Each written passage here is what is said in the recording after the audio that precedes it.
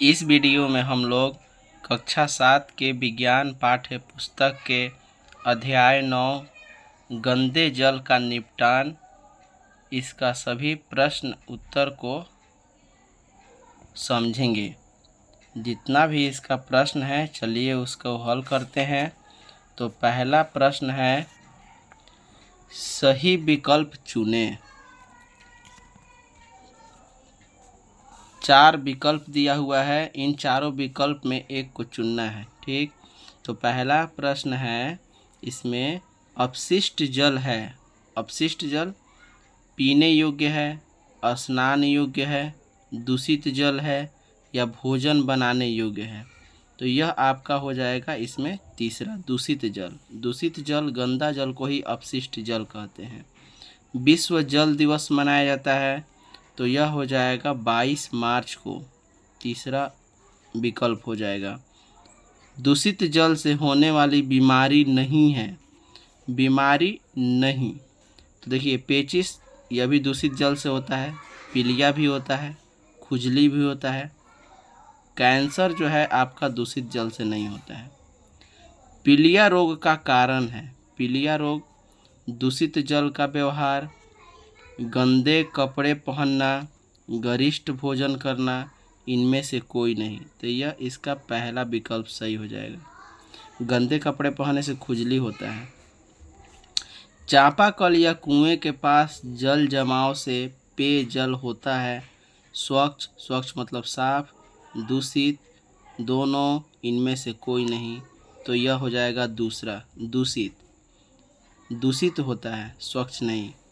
अब दिया है रिक्त स्थानों की पूर्ति करें। हैजा एक खाली स्थान जनित बीमारी है, तो यहाँ पे हो जाएगा जल।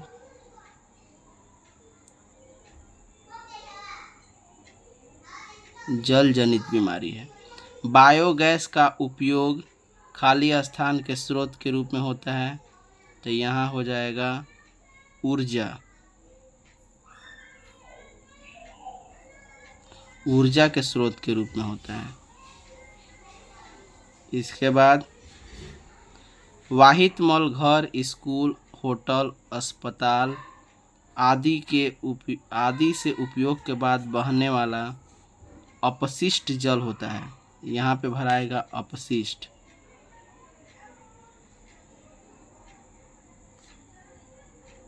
इसमें अपशिष्ट भराएगा।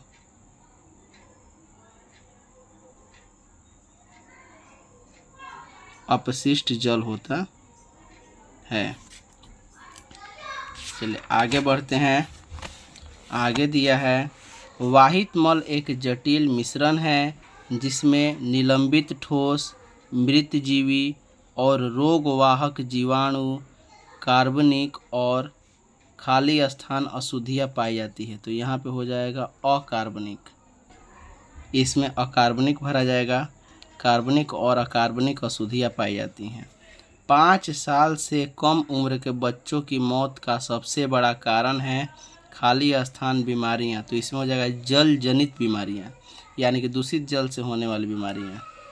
तो यह हो जाएगा पांचवा।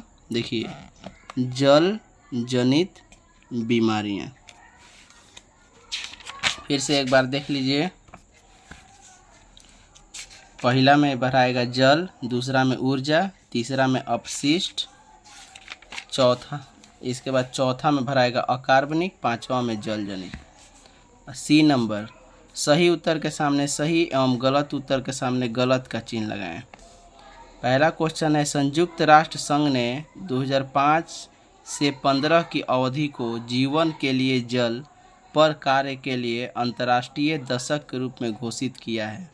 यह सही है। हैजा और टाइफाइड वायरस के कारण होने वाले रोग हैं। यह गलत है। दूषित जल से होने वाले रोग है, वायरस से नहीं। जनित रोगों को मुख्य कारण दूषित जल है, को नहीं होगा, यहाँ पे का होगा। जनित रोगों का प्रमुख कारण दूषित जल है, यह आपका सही है। बायोगैस मानव मल निपटान की वैकल्पिक व्यवस्था है, यह भी सही है। कचरा प्रबंधन हेतु प्रत्येक व्यक्ति को एक जागरूक नागरिक की भूमिका निभानी चाहिए। यह भी सही है। डी है, आगे बढ़ते हैं। डी नंबर, निम्न प्रश्नों के उत्तर संक्षेप में दें।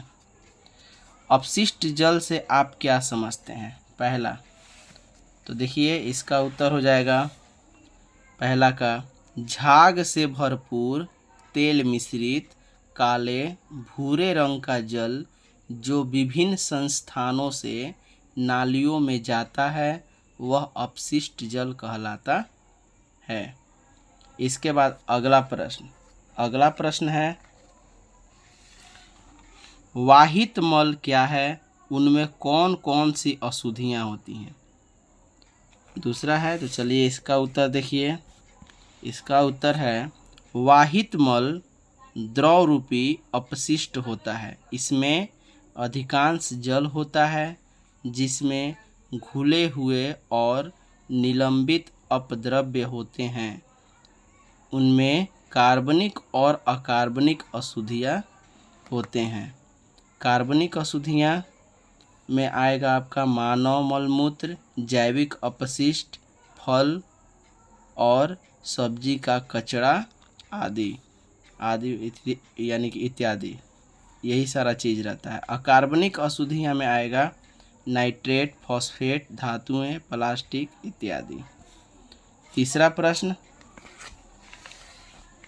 प्रश्न है, जल जनित बीमारी क्या है? इनसे होने वाली किन्हीं 3 बीमारियों के नाम एवं उनके लक्षण बताएं।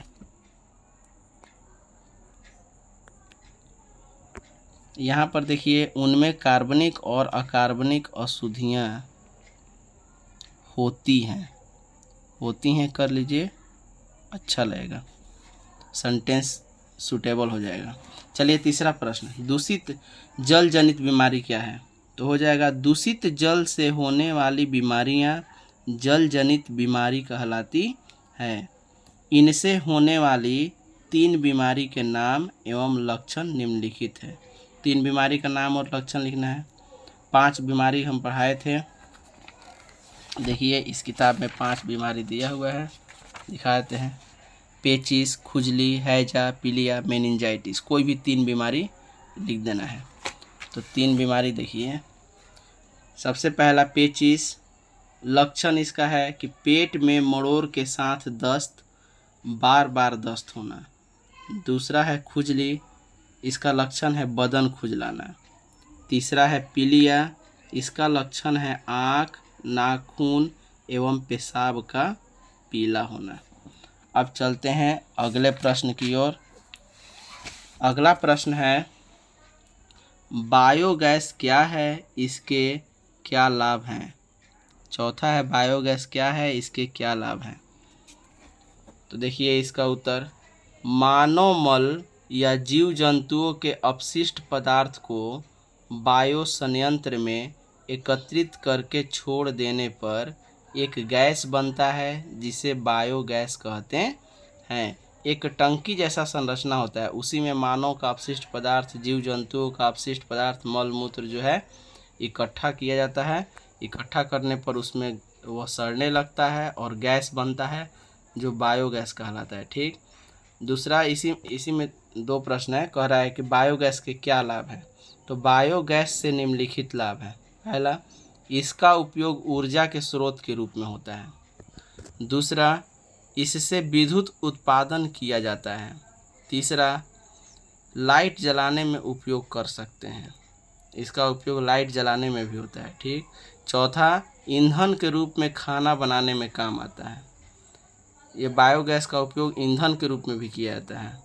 पांचवा है, संयंत्र में बचे हुए ठोस पदार्थ उर्वरक यानी खाद के रूप में उपयोग हो जाता है। जो संयंत्र में, बायोगैस संयंत्र में जो ठोस पदार्थ बच जाते हैं, ये मल मूत्र जो गैस बनने के बाद बचते हैं, वह खाद के रूप में खेतों में उपयोग आ जाते हैं। ये इतने सारे इनसे लाभ हैं। अब चलिए आगे, लास्ट प्रश्न है कि एक जागरूक नागरिक के रूप में हम कचरा प्रबंधन में क्या योगदान दे सकते हैं? तो इसका उत्तर देखिए, इसका उत्तर है एक जागरूक नागरिक के रूप में हम कचरा प्रबंधन में निम्नलिखित योगदान दे सकते हैं। पहला, हमें कचरा हमेशा कूड़ेदान में डालना चाहिए। दूसरा, हमें सार्वजनिक जगहों पर सफाई में योगदान देना चाहिए। तीसरा, नालियों को जाम नहीं होने देना चाहिए।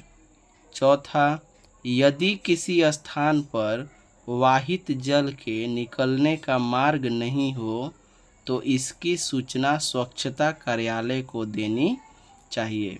नगर पालिका कहते हैं, नगरों में जो होता है वह आकर साफ सफाई कर देंगे लोग।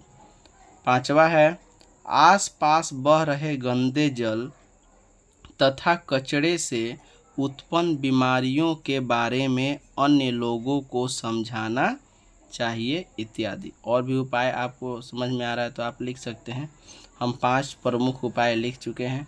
देखिए, इस तरह का जब भी प्रश्न आता है, जैसे ये योगदान देने का मतलब, जो प्रश्न आपको लगे कि उसको हम पॉइंट वाइज लिख सकते हैं, नंबरिंग देकर लिख सकते हैं, तो उसको ऐसे ही लिखिएगा तो आपको ज़्यादा बेटर उसका आंसर दिखने में लगता है, उत्तर और अच्छा हो जाता है। और साथ ही साथ कि वैसे उस तरह से उत्तर लिखने पे, आंसर देने पे किसी क्वेश्चन का नंबर जो है अच्छा मिलता है, अच्छे मार्क्स आते हैं। जैसे यहाँ पर लाभ पूछ रहा था, लाभ है, इसको नंबरिंग देकर जय को लाभ है 5 को लिखना है, 3 ही को लिखना है, 4 को लिखना है, उसको नंबरिंग करके लिख दीजिए। यहाँ पर योगदान दर्शाना था, नंबरिंग देकर लिख दीजिए। यहाँ पर बीमारी का नाम और लक्षण लिखना था, नंबरिंग देकर अपना लिख दीजिए। लाभ हो गया, हानि हो गया, योगदान पूछ रहा है, किसी भी चीज़ से सावधानी पूछ रहा है, क्या क्या सावधानी होना चाहिए। ठीक, किसी भी जैसे जस्ट इसके पहले पार्ट 8वां पार्ट में आपका दिया था, शायद हवा, आंधी और तूफान था, उसमें आपका चक्रवात आने से बचने का क्या उपाय हो सकता है। नहीं, 8वां चैप्टर जो था वो जलवायु, 7वां चैप्टर में हवा, आंधी, तूफान में जा था, चक्रवात का पूछ रहा था, तो कोई उपाय पूछ सकता है, लाभ पूछेगा, किसी भी चीज़ से हानि पूछेगा, कोई उपाय पूछ सकता है, आपसे अगर पूछ सकता है कि आप इस चीज़ में क्या योगदान दे सकते हैं। तो ऐसे ऐसे प्रश्नों का उत्तर आप जब पॉइंट वाइज देते हैं तो वह और आकर्षक हो जाता है। तो आपका पाठ नंबर 9 जो है, गंदे जल का निपटान, यह आपका पूरा हो गया। देख लीजिए, यह विकल्प वाला था, पहला का तीसरा, दूसरा का तीसरा, तीसरा का चौथा, चौथा का पहला और 5वां का दूसरा। ये भरने वाला था, ये सही गलत करने वाला था, पहला सही, दूसरा गलत, तीसरा, चौथा और 5वां सही। और ये 5 प्रश्न थे जिसको उत्तर संक्षेप में देना था। ये पूरा पाठ खत्म हो चुका है। अब आपसे मिलते हैं अगले पाठ में, विद्युत धारा और इसके प्रभाव। तब तक के लिए सबको बाय। वीडियो अगर अच्छा लगे तो लाइक कर दीजिएगा, और एक बार फिर से अंत में हमारा वीडियो देखने के लिए, हमारे चैनल से पढ़ाई करने के लिए, जितने लोग भी देख रहे हैं वीडियो, जितने लोग भी पढ़ रहे हैं, जितने लोग हमारे चैनल को सब्सक्राइब किए हैं, उन सबको दिल से धन्यवाद।